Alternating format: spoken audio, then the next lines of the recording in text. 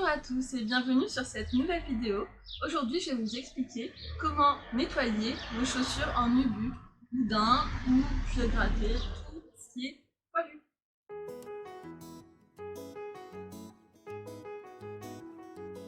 Pour cela, nous allons avoir besoin de tendeurs en bois, du shampoing pour nubuck avec la brosse qui est dedans, une gomme à dents, une brosse pour le nubuck, un rénovateur daim pour colorer le daim ou de l'imperméabilisant si vous n'avez pas de rénovateur.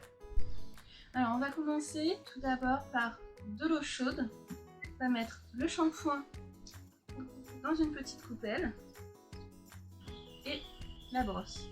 Il est très important que vous fassiez bien étape par étape et ne pas laisser agir le produit pour éviter d'avoir des différences de teinte entre les deux pieds. Voilà, donc c'est parti. On va commencer par humidifier avec l'eau chaude le cuir de façon à dilater les pores du cuir. On prend du savon.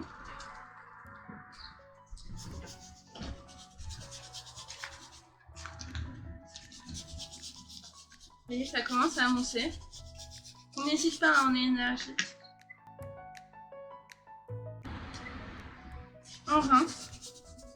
J'applique de l'eau, ça va continuer à mousser.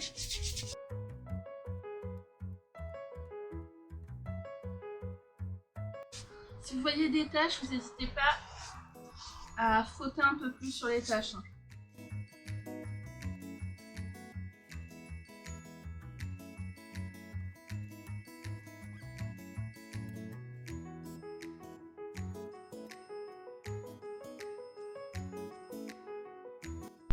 C'est bon, elles sont toutes propres, donc nous allons les laisser sécher avec des tendeurs de façon à ce que le cuir se rétracte sur une forme. Vous avez le choix entre des tendeurs comme ça, l'avantage c'est que les personnes qui ont des talons de différentes hauteurs, vous pouvez modifier la hauteur du talon. Après vous avez des embauchoirs en bois. Très important, il faut que le bois soit brut.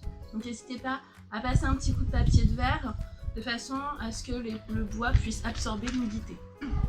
Le fait de tendre la chaussure, de laisser un tendeur, ça va permettre de diminuer les plis des anciens. Donc on laisse sécher pendant une journée et puis on se revoit plus tard. Voilà, nos chaussures sont sèches. Alors vous allez voir, il va être très raide, c'est normal.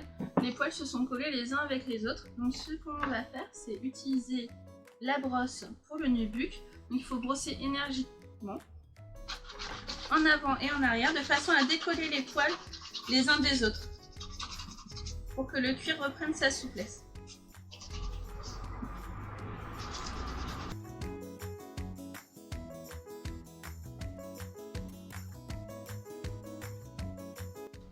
Après, on passe tous les poils dans le sens inverse, c'est-à-dire le sens le plus foncé.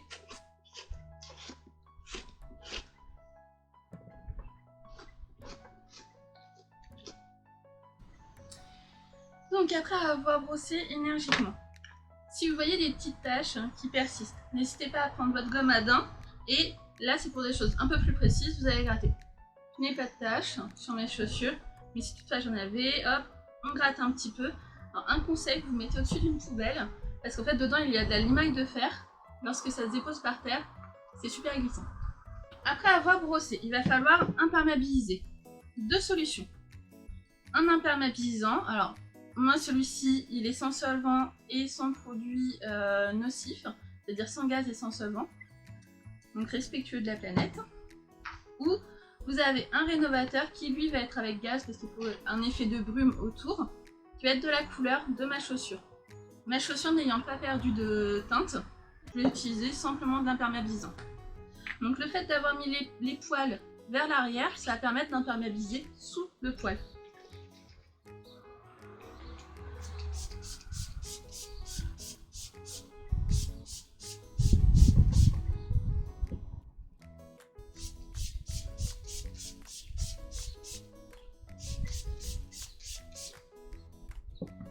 On n'y touche plus et c'est fini. Vous pouvez mettre vos chaussures maintenant. Merci à tous d'avoir suivi cette vidéo. Pour information, vous pouvez passer à ma boutique au 10 rue Georges Courteline à Tours où vous aurez le prospectus qui est ici, récapitulant les différents conseils que je viens de vous donner.